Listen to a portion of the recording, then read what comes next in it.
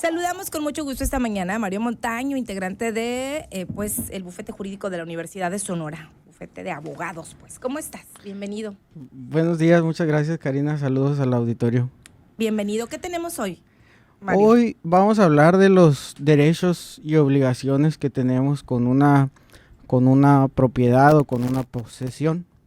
Antes que nada, pues sería bueno comentar que a veces por costumbre decimos, tengo una propiedad, refiriéndose a que tengo un inmueble, un terreno, una casa.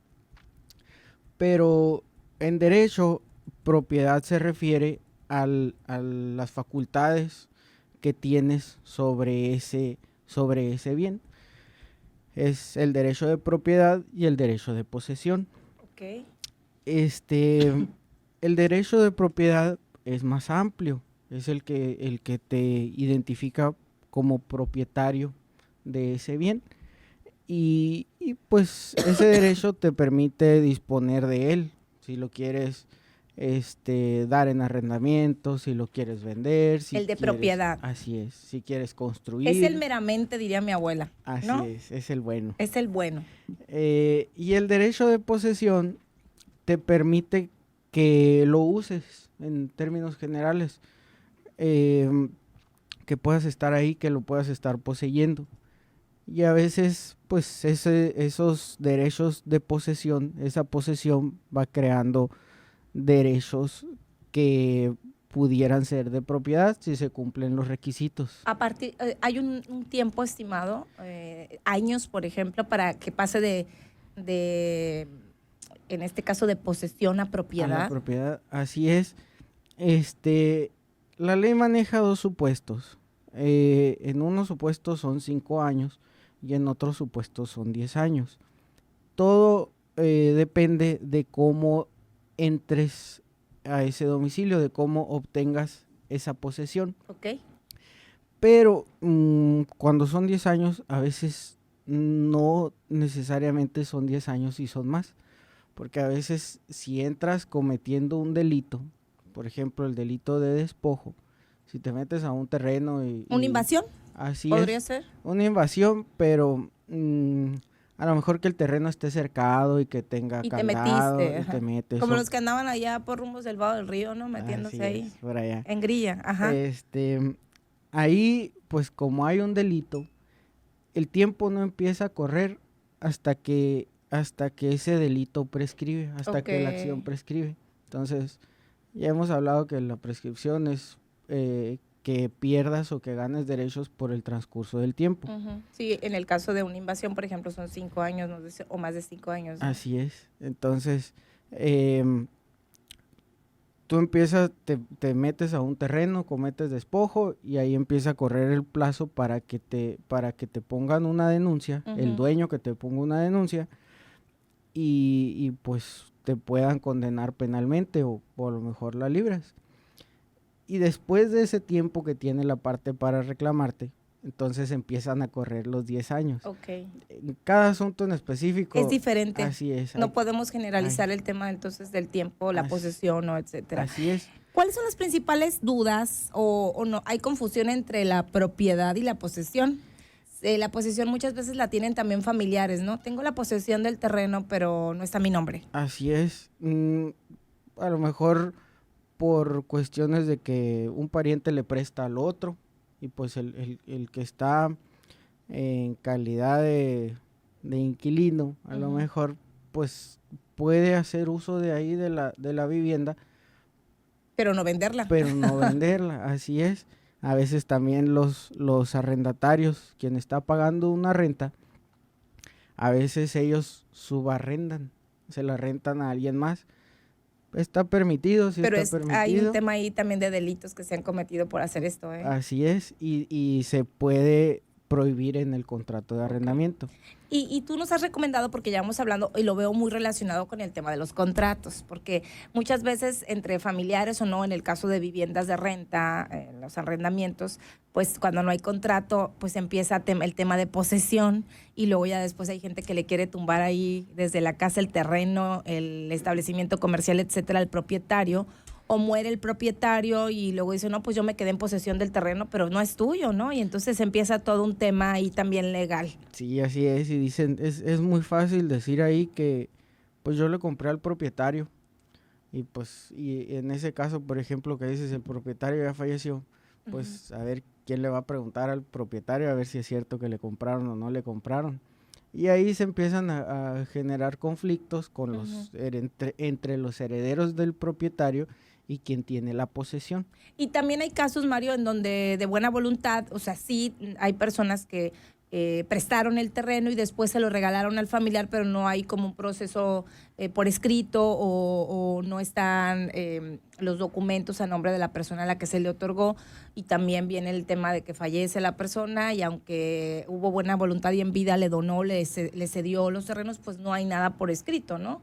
Entonces creo que esto sí genera, es como muy ambiguo, genera muchas dudas entre la posesión. Ahorita que lo toca se me vienen a la mente muchas cosas entre ser propietario y bueno, tener la posesión, y a veces también nos vamos generando como derechos simplemente por vivir en un espacio, o por tener ese espacio o habitar ese espacio y pues no es tuyo, ¿no? Así es, si te ostentas como dueño, vas creando esos derechos, aunque nomás tengas la posesión. Estas posesiones y propiedades también generan derechos y obligaciones frente a terceros, frente al municipio. Por ejemplo, una obligación que tienes, aunque sea tu propiedad, es que debes de tenerla limpia. Ay, sí, porque como hemos visto estos basureros clandestinos, ¿no? Así es, o pues no sé, focos de infección o pues de peligro, que se junte gente peligrosa ahí o cosas así y que en general pues que hagan que el ambiente ahí se vea menos bonito. Ahí en esas ocasiones el ayuntamiento te puede multar o te multa si tienes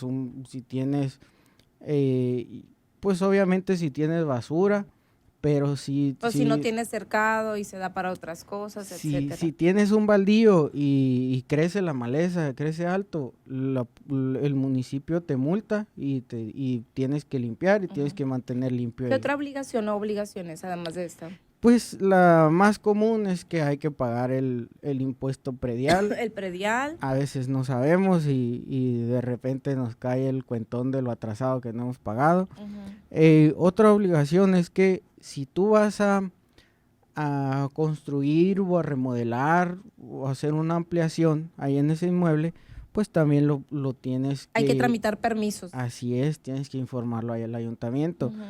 También si vas a hacer alguna fiestecita, que a lo mejor que vayas a tener música alta o que vayas a consumir también hay que tramitar bebidas. Permiso. Así es, antes pasaba mucho que hacían sí, las fiestas. Casas firmas cerraban la calle y todo. Así es. Bueno, todavía pasa, pero a lo mejor no si vas a poner un negocio, también a veces hay que pedir la anuencia de los vecinos, depende de los negocios. Entonces, esa propiedad o esa posesión, pues no es absoluta, tienes que respetar las reglas. Tenerlo claro, oiga, porque luego andan agarrándose el chongo y ni saben qué onda, ¿no? Así Mario, es. tengo algunas preguntas, me tengo que ir a la pausa, pero voy a tratar de por acá a ver si podemos responder unas dos. Una pregunta para el licenciado. Mi madre murió y nos dejó testamento de la casa. Si una no está de acuerdo, ¿se puede vender? Lo que pasa que la casa de mi madre ya la está usando el hijo de esa hermana como tiradero. Ella es la única que no está de acuerdo. ¿Qué se puede hacer? Nos dicen. Sí se puede vender, tiene que ser a través del juzgado, depende de la etapa del juicio. Bueno, se tiene que hacer un juicio sucesorio para que esa casa pase a nombre de los herederos y ahí se puede pedir autorización para vender. Depende de cómo esté la situación, con ese juicio es suficiente para que vendas, o a lo mejor tienes que escriturar a nombre de los herederos y luego hacer otro juicio para vender. Ok. Pero sí se puede. ¿Podríamos asesorarles ahí en el bufete, Mario, sobre este tema? ¿Pueden acudir? Que se den la vuelta y es muy importante que sí le den seguimiento porque hay una ley de extinción de dominio que cuando los inmuebles se usan para cuestiones ilícitas, el gobierno te los puede quitar. Ok, entonces, hay que tener claro esto. Así es, hay que darle seguimiento porque si pasa un cateo o algo así en esa casa, No recuperan el inmueble. puede ser que lo pierdan. Así Tengo una es. casa que adquirir por medio de Infonavit. Honestamente, tengo 3 años sin pagar. La casa duró 3 meses sola, ya que salí fuera de la ciudad en diciembre de 2023 y cuando regresé me la habían invadido. Y aún no he podido sacarlos, ya que desconozco el proceso. ¿Qué puedo hacer? Aún puedo recuperar mi casa, ya que los papeles, copia de escritura están a mi nombre y no tenemos dónde vivir mis hijos y yo. Sí la puede recuperar y ayuda que esté hipotecada con el Infonavit, que todavía se deba al Infonavit, porque el Infonavit ahí también se mete a defender esa Hay que ir al casa. Infonavit, de hecho, ¿no? O Así bueno, es, hay que ir al Infonavit y pues depende de lo que le digan ahí, hay que ver un abogado, Un puede ir al abogado. bufete también para asesorarse con ese asunto. Cintia, al bufete también. Y por último, mi casa está a nombre de mi suegra, pero ella ya murió. Ellos le pueden ayudar para hacer el cambio de mi suegra a mi esposo. ¿Qué tiene que hacer y a dónde? Pues es que no es que quiera y, o sea, es que dejó, si la dejó intestada, ¿no? O sea, Así es. no es tan fácil de que la quiero a mi nombre. Sí, en general sí se puede, pero pues hay que ver si la suegra tenía esposo o no tenía esposo, si tenía ¿Cuántos más hijos tenía, así etcétera? es, si dejó testamento o no, pero pues si él es hijo de la Y es de la único, señora que pues a lo falleció, mejor y sí. así es, muy probablemente sí. Muy bien, le recuerdo que todos los casos se pueden atender a lo mejor con asesoría y dar seguimiento en algunos, no todos, algunos sí requerirá de apoyo de un abogado particular. Tiene que ir al bufete jurídico, está en el edificio, no me lo aprendo. 9L. 9L en la Universidad de Sonora, tiene que ir desde temprano para sacar ficha porque hay fichas y si no, pues hasta el siguiente día. Mario, muchas Así es. gracias. Muchas gracias a la orden. Saludos.